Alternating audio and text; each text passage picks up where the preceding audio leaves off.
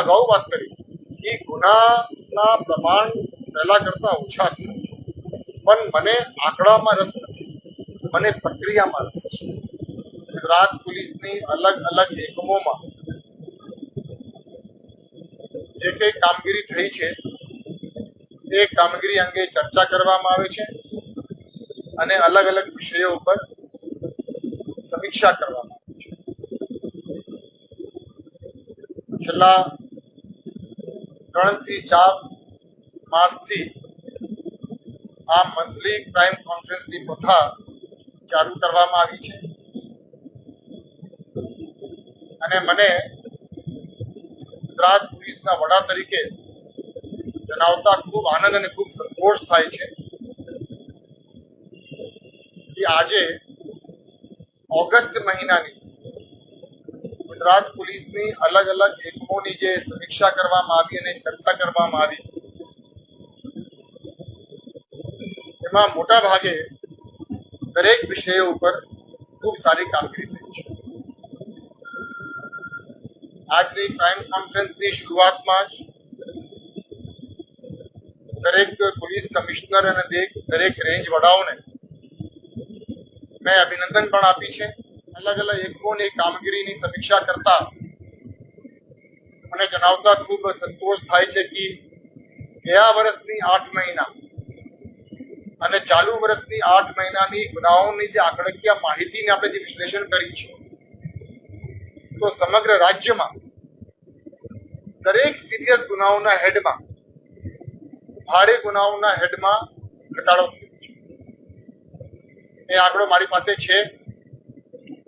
દાખલા તરીકે આપણે ખૂનની વાત કરીએ તો ગયા વર્ષના 8 મહિનાનો આંકડાકીય માહિતીની સાથે સરખામણી કરતા ચાલુ વર્ષે પ્રથમ 8 મહિનામાં જાન્યુઆરીથી ઓગસ્ટમાં મર્ડરમાં 51 ગુનાઓના ઘટાડો થયા છે.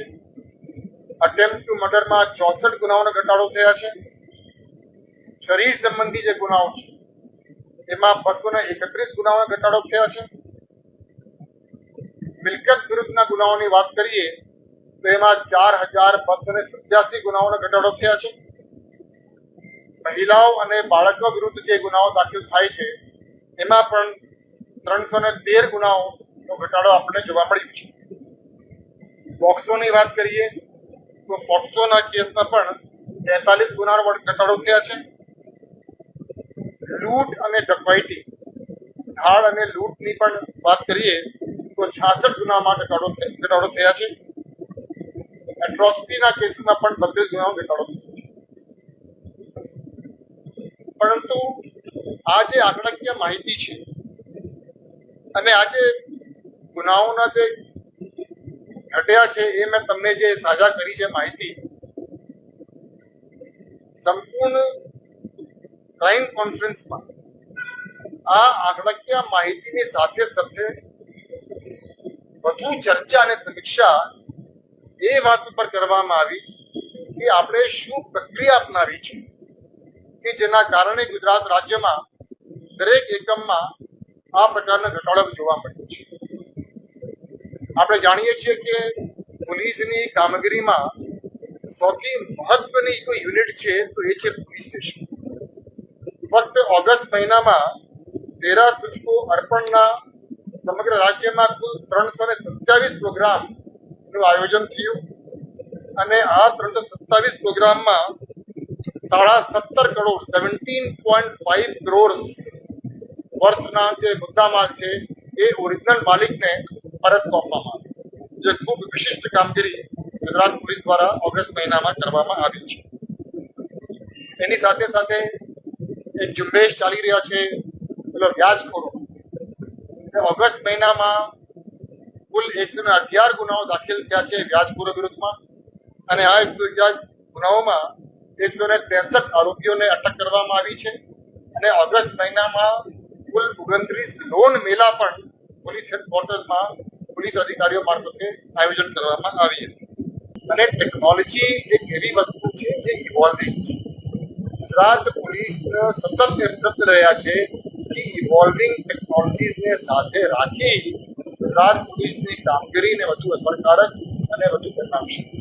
આપણે જાણીએ છીએ કે ગુજરાત રાજ્યમાં નવરાત્રી ખૂબ હર્ષોલ્લાસ ઉમંગ સાથે મનાવવામાં આવતી હોય છે અને ગુજરાત પોલીસની આ સમયે યોગ્ય સલામતી આપવા માટે પણ જવાબદારી હોય છે. અલગ અલગ એકમોના વડાઓ સાથે આજે નવરાત્રી માટે જે બંદોબસ્ત કરવાની હોય છે એની પણ ચર્ચા કરવામાં આવી છે. સ્થાનિક પરિસ્થિતિને ધ્યાને રાખીને યોગ્ય બંદોબસ્ત નવરાત્રી દરમિયાન ચોક્કસ રાખવામાં આવશે અને એના માટે અલગ અલગ જે કાર્યવાહી કરવાની થતી હોય છે તે કરવા માટે દરેકને સૂચના આપવામાં આવી છે.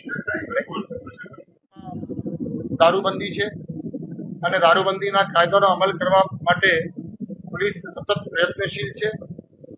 દારૂ જે પકડવામાં આવે છે એ ખૂબ લાંબા સમય સુધી પોલીસ સ્ટેશનોમાં ન રહી જાય એના માટે આપણે ખાસ ઝુંબેશ પાડ્યું છે અને નિયમ મુજબ એને નાશ કરવા માટેનું પણ સૂચનાઓ દરેકને આપી હતી.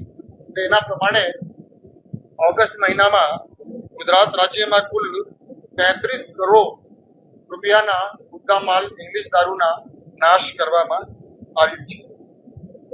આપણે જાણીએ છીએ કે અત્યારે સાયબર ક્રાઇમ એ ખૂબ મોટો પડકાર અને ચુનૌતી પોલીસ સામે છે. એના માટે આપણે અલગ અલગ પ્રકારની કાર્યવાહી કરીએ છીએ અને 1930 ના જે સાયબર હેલ્પલાઇન નંબર છે એમાં ગુજરાત પોલીસને વિશિષ્ટ કામગીરી બદલ તાજેતરમાં માનનીય યુનિયન હોમ મિનિસ્ટર તરફથી ગુજરાત પોલીસને એક સર્વશ્રેષ્ઠ કામગીરી માટે એવોર્ડ પણ આપવામાં આવી છે.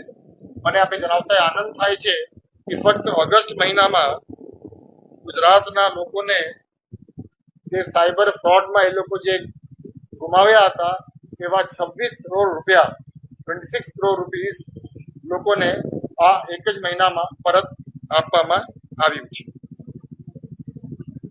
એટલે એકંદરે આમ જોવા જઈએ તો આ ક્રાઇમ કોન્ફરન્સમાં કાયદા અને વ્યવસ્થાની બાબત હોય, ક્રાઇમની અલગ અલગ વિષયોની જે બાબત હોય એ તમામ બાબતોમાં ખૂબ ઊંડાણથી ચર્ચાઓ થઈ, સમીક્ષા થઈ અને ઓગસ્ટ મહિનાની કામગીરીની સમીક્ષા ઉપરથી એ ખાસ ધ્યાન ઉપર આવી રહ્યો છે કે અલગ અલગ પ્રકારની ગુજરાત પોલીસની જે કામગીરી રહી છે એ કામગીરીના પરિણામ સ્વરૂપે કાયદા અને વ્યવસ્થા પણ અંકુશમાં રહ્યા છે અને ભારે ગુનાઓ છે એમાં મોટો ઘટાડો આપણને જોવા મળ્યું છે. આ પ્રકારની સમીક્ષા દર મહિને કરવામાં આવતી હોય છે અને આ મીટિંગમાં ખૂબ વરિષ્ઠ અધિકારીઓ, પોલીસ કમિશનર અને રેન્જ વડાઓ બધા આઈજી, એડિશનલ ડીજી લેવલના અધિકારીઓ જ્યારે હોય ત્યારે કામગીરીને સુધારો લાવવા માટે અલગ અલગ મંતવ્યો, અલગ અલગ અભિપ્રાયો પણ આપવામાં આવતી હોય છે અને એ મંતવ્યો અને અભિપ્રાયને ધ્યાનમાં રાખીને આપણે પોલિસી ડિસિઝન્સ લઈએ છીએ અને ગુજરાત પોલીસની કામગીરી વધુ અસરકારક કઈ રીતે બની શકે, વધુ પરિણામલક્ષી કઈ રીતે બની શકે એના માટે પણ ચર્ચાઓ કરવામાં આવી છે. Thank you. ધન્યવાદ.